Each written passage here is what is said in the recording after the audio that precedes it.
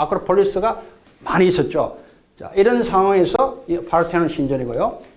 여기 유명한 라파엘로가 그렸던 아테네 학당이라는 유명한 그림이죠. 이 그림은 정말 기가 막힙니다. 이거 보면요. 정확하게 이게 원근법하고 이 구도가 미술학적으로 완벽한 구도를 가졌어요. 근데 이게 재밌는 게요. 라파엘로가 그 당시 인간은 기독교 정신에 의해서 굉장히 그 인간의 역할을 못했어요. 신에 의해서 인간은 종속된 존재로만 계속 하다가 라파엘로가 이걸 바꿔버렸어요. 인간이 이제 부각되는 걸로 만들었어요. 그래서 어떤 모습이 드러나는가 하면 아테네 학당에는 54명의 철학자를 그리면서 54명. 인간이 존엄하다는 걸 보여주기 위해서 인간 지성을 높이기 위해서. 그런데 다 시대가 별로 안 맞는 사람끼리 조합을 해놨어요. 여기 보면 재밌는 게 여기 왼쪽 누구예요? 자, 왼쪽. 플라톤. 아리스토텔레스. 스승과 이 관계죠. 그러니까 아리스토텔레스와 플라톤이 있는데 이 플라톤은 이데아, 이상적인 공중을 하늘을 향해서 우리 형이상학적인 것을 관념적인 것을 쫙 손가락 위로 올리겠죠. 반대로 아리스토텔레스는 땅을 이게 보고 있는 거예요. 벌써 대비가 되죠. 예. 이 생각의 차이죠, 그죠? 요거. 그리고 여기 보면은 자 여기 보면 요 그림 보면 이 사람이 유명한 알렉산더입니다. 그리고 알렉산더의 스승이 아리스토텔레스거든요. 근데 그 사람은 따로 대비시키고 요 사람이 있어. 소크라테스. 자 이것도 재밌어요. 소크라테스 자기의 논리를 막 얘기하는데 알렉산더는 관심이 없는 거예요. 엉뚱한 데 보고 있는 모습이. 이게 뭔가 하면 사람은요. 자기한테 관심 있는 것만 집중한다니까요. 아무리 천하의 소크라테스지만 그 말은 나하고 관계없는 거예요. 그 사람 생각하고 나하고 전혀 다른 거예요. 알렉산더는 무조건 정복해야 돼. 그죠? 정복. 그쪽으로 쏠려 있는데 소크라테스가 딴 얘기 너 자신을 알라 그러고 뭐 알긴 뭐하러 나는 정복하지. 그래서 이 모양이 참 재밌는 대비입니다. 이해되죠? 이런 것들. 자, 여기 보면 요 사람이 있죠. 유명한 사람이요. 디오게네스라고. 거린이죠. 거린. 거지 철학자. 유명하잖아요. 아테네 개라고 불렸어요. 알렉산더가 일화가 있죠. 와가지고 디오게네스요. 내가 뭘 해줄까요? 하니까 햇빛 좀 안 가리게 좀 비켜주시오. 그 말 했는 것이 유명하잖아요. 가려 햇빛에. 그 사람이 디오게네스요. 이런 장면이 다 그려져 있고. 자, 그것이 이제 요 아테네 학당이거든요. 여기 보면은 그 당시에 돈 많은 평민들이 병사를 사요. 군사를 사가지고 전쟁에 출정시켜가지고 공을 세우게 만들어요. 그러다 보니까 이 참정권이 생겨버려요. 돈이 있고 군인들이 힘을 실어주니까. 그래서 이것이 하나의 그 민주정치의 시작이 됩니다. 아테네에서 그래서 시작되는 거예요. 이거 보세요. 유명한 전쟁이 페르시아 전쟁이에요. 페르시아 전쟁이 뭔가 하면은 그 당시 페르시아는 엄청난 지역을 통치하고 있었어요. 다 정복했죠. 그런데 이 그리스 제국만큼은 붙잡지 못했어요. 그래서 드디어 3번에 걸쳐서 이 공격을 합니다. 첫 번째 할 때는 이 아토스라는 곳에서 폭풍을 맞는 폭풍. 그래서 배가 다 못 가서 다 돌아옵니다. 두 번째 들어온 게 어디냐면 바로 유명한 마라톤 전투입니다. BC 490년. 이때 마라톤가 들어와서 이 전쟁을 하게 되고 마지막 전쟁이 그 10년 후 410년에 테르모필레 전투.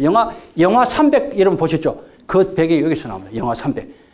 여기서 레오니다스 스파르타 왕이 300명 가지고 페르시아군 영화에는 100만 명인데 그건 좀 올린 거고 20만 명하고 붙는데 그것도 대단하죠. 300명이 20만 명하고 붙어요. 그리고 버텨냈고 결국은 다 죽지만은 그것이 유명한 테르모필레 전투입니다. 자, 이런 배경 속에서 두 번째 일어났던 마라톤 전투를 잠깐 보실 필요가 있어요. 자, 이 마라톤 평원이에요. 여기 어딘가 하면은 페르시아 군대가 배를 타고 들어왔던 장소가 여기 해변입니다. 뒤에 요 능선을 잘 보세요. 이것이 개의 꽁무니죠. 꽁무니라고 불리는 요 능선이에요. 자, 요거. 제가 여기 위치와 있죠. 요거. 저는 전 세계 전쟁이 일어났던 역사의 현장들만 42개 날아다니면서 중동에서 러시아까지 모든 나라를 다니면서 그 현장을 계속 관찰하기 시작했어요. 여기는 굉장히 저한테 많은 교훈이 있었어요. 어떻게 적은 수의 아테네 군인이 그 당시 최고의 페르시아 군대를 상대했을까? 이거 저한테 의문이었어요. 자, 이번 페르시아가 이렇게 군정이 넓죠. 자, 이 사람이 누군가 하면 밀티아데스라고 해요. 밀티아데스. 이 사람이 1차 마라톤, 1차 그 전쟁 때 참가했다가 결국 돌아왔죠? 돌아왔는데 그때 아테네에서는 전쟁 계속하자. 페르시아가 왔기 때문에 전쟁하자는 그런 주전파가 있었고, 야, 전쟁하지 말고 어떻게든 우리 좀 손들고 전쟁 없이 어떻게 끝내보자 하는 화전파가 화평하는 파가 있었어요. 항상 보면요, 역사는 꼭 무슨 일이 터지면은 싸우자 이런 파가 있고 어떻게 잘해서 화평하자 이런 항상 갈려집니다. 우리나라도 마찬가지였고 역사는 다 그런 거예요. 그때 결정권을 가진 사람이 한 명 있었어요. 그 사람을 찾아갑니다. 밀티아데스가 찾아가서 유명한 말을 합니다. 그 유명한 말이 뭐냐면 이거예요. 칼리마코스라는 사람이 결정을 해야 되는데 칼리마코스요. 바야흐로 아테네가 노예로 전락할 것인가 아니면 그 자유를 찾아 영원히 남겠느냐 이 선택하게 만들어요. 우리가 손 들어가지고 노예로 살 거냐 아니면 진짜 잘 결심해가지고 후대에 남는 우리가 그런 모습으로 남을 것이냐. 그때 칼리마코스가 결정합니다. 밀티아데스 당신 편을 들겠소 해가지고 이 전쟁이 시작되는 거예요. 마라톤 전쟁이. 그랬을 때 이 평원에서 이 밀티아데스가 한 10,000명 데려와요. 그때 페르시아 군대는 엄청 많이 들어옵니다. 이 평원에서 진을 치게 돼요. 그리고 중요한 건 이거예요. 자, 그 당시까지만 해도 군대가 대형을 취할 때 이런 대형이었어요. 이거 페르시아 군대가 하는 대형. 페르시아 군대가 주로 딱 두부 뭐 자르듯이 이렇게 이런 상태로 창두가 탁 이렇게 갔어요. 전부. 이런 영화 보셨죠? 이렇게. 그런데 이 밀티아데스는 대단합니다. 그 당시까지 전래되었던 그 방식을 다 버려버립니다. 숫자도 훨씬 적은데도 불구하고 중간을 아주 가늘게 배치해요. 앞에서 봤으면 가는지 모르죠. 앞에 옆인지 몰라요. 그죠? 양쪽을 집중해버려요. 양쪽을. 자, 이런 모양이 생각지도 못하는 방법이에요. 이것이 손자병법의 출기불이라 그래요. 전혀 생각지 않는 것을 뚫고 지나간다는 거예요. 전혀 남들이 생각하지 않는 것을 치고 들어가는 것이 출기불이의 병법이에요. 자, 양쪽을 강화시켰어요. 중간에 약했지만 이 상태로 밀고 내려갑니다. 자, 보십시오. 그래서 나중에는요, 이런 모양을 바뀌어요. 쭉 내려오면서, 그리고 결국은 양쪽, 사람이 가장 겁이 나고 취해간 데가 옆이에요. 옆. 그 제일 뒤. 그죠? 앞이 보이기 때문에 괜찮은데, 제일 약한 부분이 옆에서 누가 탁 칠 때, 뒤에서 탁 칠 때 사람은 겁나는 거예요. 이해돼요? 꼭 그러는 거예요. 양쪽을 밀어버려요. 그다 압도적인 숫자를 가지고 밀어버려요. 쭉. 앞에서 그냥 버티기하고. 이해돼요? 최고의 병법에 이것이 나옵니다. 이걸 잘 보세요. 역사가 바뀔 때는요, 누군가가 생각이 바뀐 사람이 있어요. 그죠? 지금까지 기존의 생각에서 벗어나는 사람들. 누군가가 그 생각 때문에 그 현장이 새로 기록이 됩니다. 여러분이 그렇게 못할 이유가 하나도 없는 거예요. 그죠? 지금까지 해왔던 방식이 아니라 뭔가 다른 방법으로 부딪히는 거예요. 항상 역사는 그래서 발전되어 왔어요. 지금 위기를 하지만 이 위기는 또 누군가에 의해서 또 이걸 이겨나갈 수 있다는 것을 보여주는 거예요. 결과적으로 뭐예요? 이 참 어마어마한 이 난투전이 벌어지고요. 페르시아 군대 그 현장에서 6,400명이 죽고 놀라운 것은 아테네 군대가 192명밖에 안 죽어요. 이 전투에서. 그리고 어떤 일이 벌어져요. 이것이 그 당시에 남았던 무덤, 지금도 남아있어요. 아테네 군인들의 무덤이에요. 현장에. 제가 이거 갔다 왔죠. 그 무덤. 자, 그 유명한 마라톤이 여기 시작되는 거예요. 자, 아테네 안에서는 모두 원로들이 한 거예요. 이 전쟁이 지면은 종이잖아요. 바로 노예가 되잖아요. 나라가 끝나버리잖아요. 그러니까 어떻게, 그러나 10,000명밖에 안 갔어, 지금.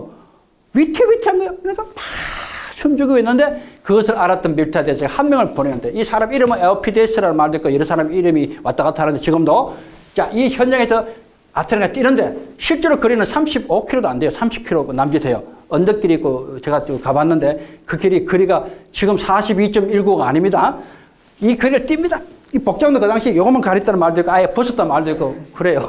저도 잘 모르겠어요. 어쩌나 간에 막 뛰어가지고 마지막까지 가서 올라온 앞에 탁 문에서 했던 외쳤던 유명한 말이 내 니께 카멘 우리가 승리했다. 그리고 빼가락 죽어버려. 이것이 마라톤의 시작입니다. 자, 지금 그리스군은 마라톤 전쟁에서 아테네만을 지켜낸 것이 아니라 서양 즉 유럽을 지켜냈다. 이런 말을 하게 되고 여기서 유럽의 역사가 바뀌어버립니다. 누군가가 시작했죠. 다 안 된다고 하는 그 순간에 누군가가 하자고 했어요. 자, 두 번째. 이 매듭을 풀면 아시아의 왕이 된다. 누군지 아시겠죠? 알렉산더입니다. 알렉산더. 이 소아시아, 앙카라 쪽에서 일어났던 실제로 얘기인데 이때 전설이 몇 가지가 있어요. 알렉산더가 이 매듭이 안 풀리자 단칼로로 쳐서 풀었다는 말이 있고 막아도 못 치죠. 못을 빼가지고 했다는 말도 있고 여러 가지 말이 있지만 어쨌든 알렉산더가 이걸 해결했어요. 그래서 아시아의 왕이 된다는 그 전설을 실행하게 됩니다. 그다음부터 정복전에 들어가게 되는데요. 보십시오. 알렉산더의 스승이 아리스토텔레스입니다. 여러 가지 예화가 많아요. 다 지나가고요. 보십시오. 자, 그 당시에 알렉산더가 얼마나 많은 영역을 차지했는가 하면 이 정도 큰 대제국을 사실 건설했어요. 여기 중요한 것이 하나 있어요. 알렉산더가 지나가는 곳에는 자생적으로 생기는 도시가 있었어요. 바로 알렉산드리아라는 도시였어요. 70개 정도 돼요. 이게 무슨 뜻인가 하면요. 왜 중요한가 하면요. 우리가 배울 게 하나 있어요. 통합의 리더십을 배워야 돼요. 알렉산더 하면 통합의 리더십인데 뭔가 하면요. 절대로 부하들에게 이야기하기를 어느 나라를 우리가 가든지 정복하든지 간에 그 나라의 습성, 습관, 종교, 의식을 그대로 두라 그럽니다. 인정해 주라. 그대로 포용하라는 말을 항상 내립니다. 이해되시죠? 가는 곳곳마다 적을 만들지 않아요. 그들을 그대로 그 현장에서 살 수 있도록 그들의 문화, 관습을 다 존중해 버립니다. 그러면서 최고의 그리스 문화가 지나가잖아요. 그러니까 사람들이 저절로 여기 동화되는 거예요. 너무 좋으니까, 너무 신사적이니까. 지금까지 야만족들 침공만 받아왔던 그런 사람들이 이 알렉산더가 지나간 자리는요, 뭔가 다르잖아요. 문화적이고 굉장히 좋잖아요. 그래서 헬렐리즘. 헬렐리즘이라 그래요. 사람들이 헬렐리거든요. 자동적으로 자기들이 스스로 이름을 붙이기를 알렉산드리아 이런 도시가 생겨나는 거예요. 이해되죠? 알렉산더의 큰 장점이 그거예요. 우리가 갖고 있는 리더십은요, 이것이 필요합니다. 남을 인정하고 수용하고 받아들이고, 비록 적이지만은, 한때 적이지만은, 이제 내가 같이 딱 접하는 순간에 내 사람을 만들어버리고, 이것이 알렉산더입니다. 자,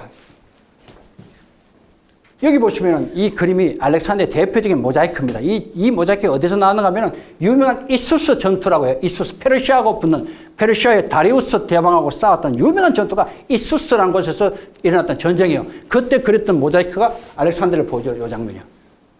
여기서 어떤 일이 벌어지는, 이수스가 여기입니다. 이수스. 자, 영화에 보면은 알렉산더는 영화가 있어요. 코렌 파울인가 영화 배우가 했죠. 이거 뭐 아주 멋진 독수리가 쫙 날아가면서 양쪽에 진영에서 맞다가 그 병력들이 쫙 붙는 멋진 장면이 나와요. 그 이수스 전투를 묘사한 거예요.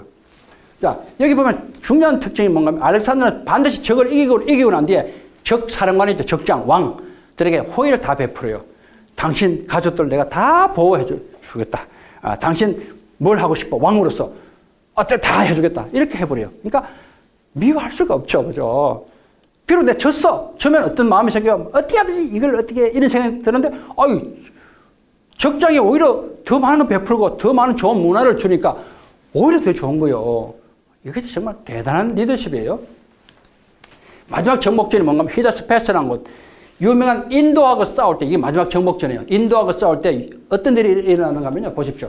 인도군은요, 굉장히 강했어요. 포러스라고 하는 왕이 엄청난 인도의 그 무지막지한 군대를 갖고 있었는데, 특히 상군, 코끼리 군대가 있었어요. 코끼리 한 마리를 제대로 훈련시키려면 10년이 걸려요. 10년.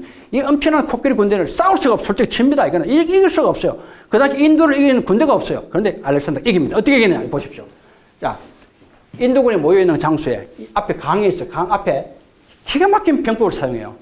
자, 인도군이 지칠 때까지 앞에 밤새도록 꽹가리 치고 횃불 날리고요. 계속 소리 지르게 만든 일부의 병력을 빼가지고. 이해돼요? 그러니까 계속 맨날 며칠 그러니까 이 인도군들이 다 지쳐버려요. 그냥 헬레. 진짜 완전히 지쳐버려요.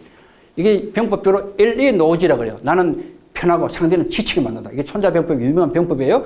그렇게 해서 인도군이 다 지쳐 뻗어 있을 때 몰래 뒤로 돌아가서 옆으로 쳐버립니다. 이것이 유명한 히다스페스 전투입니다. 이때 마찬가지 적장 포러스 왕한테 가서 알렉산더가 뭐래요? 당신 뭘 원하느냐 하니까 이 포러스도 배짱이 좋으니까 왕처럼 대해주시오 그랬어요. 그때 알렉산더가 했던 말이 당신 왕해라 그랬어요. 멋지지 않습니까? 이게 참 우리가 싸우더라도 이런 좀 멋진 모습으로 싸워야지 막 그냥 막 쪼잔하게 그냥 뭐 아휴 이러지 맙시다. 어차피 살다 죽는 거 좀 이렇게 좀 폼도 나게 싸우더라도 이기더라도 좀 뭔가 좀 베풀고, 그죠? 야, 돈을 벌었어. 그럼 그것도 참 필요한 것을 나눠주고, 이런 삶을 살아야죠. 맞죠? 자, 알렉산더 죽을 때 참 보면 어설프게 사실 죽어요. 이런 최고의 알렉산더가 죽을 때는 멋지게 이순신처럼 화살 총 맞아가지고 내 죽음을 알리지 마라! 이래 죽으면 멋있잖아요. 그런데 알렉산더는 모기에 죽어요. 모기에. 이 천하 영웅이. 이게 말도 안 돼요. 몇 가지 설은 분명히 있어요. 독살 당했다는 설도 있지만 그건 차치하고 모기에 물리가 말라리아에 걸려요. 결정적으로. 그 사막에서 이거 거칠 수가 없어요. 수많은 의원들 최고의 명예가 와도요. KBS에 나오는 명예 다 왔대요. 그거 안 돼. 어쨌든 안 되는데 마지막 죽을 때요. 이것도 하나의 설입니다. 유언을 남기기를 내가 죽으면은 양손을 관 밖으로 꺼내놓게 하라. 천하의 알렉산더도 죽을 때는 빈손으로 간다는 것을 천하에 알리라. 이래 말하고 죽었다고 합니다. 이때 나이가 33. 지금 같으면 장가도 안 간다요. 어쨌든 영웅은 이렇게 사라졌습니다. 그의 관이죠, 관. 토카프 궁전 옆에 있어요.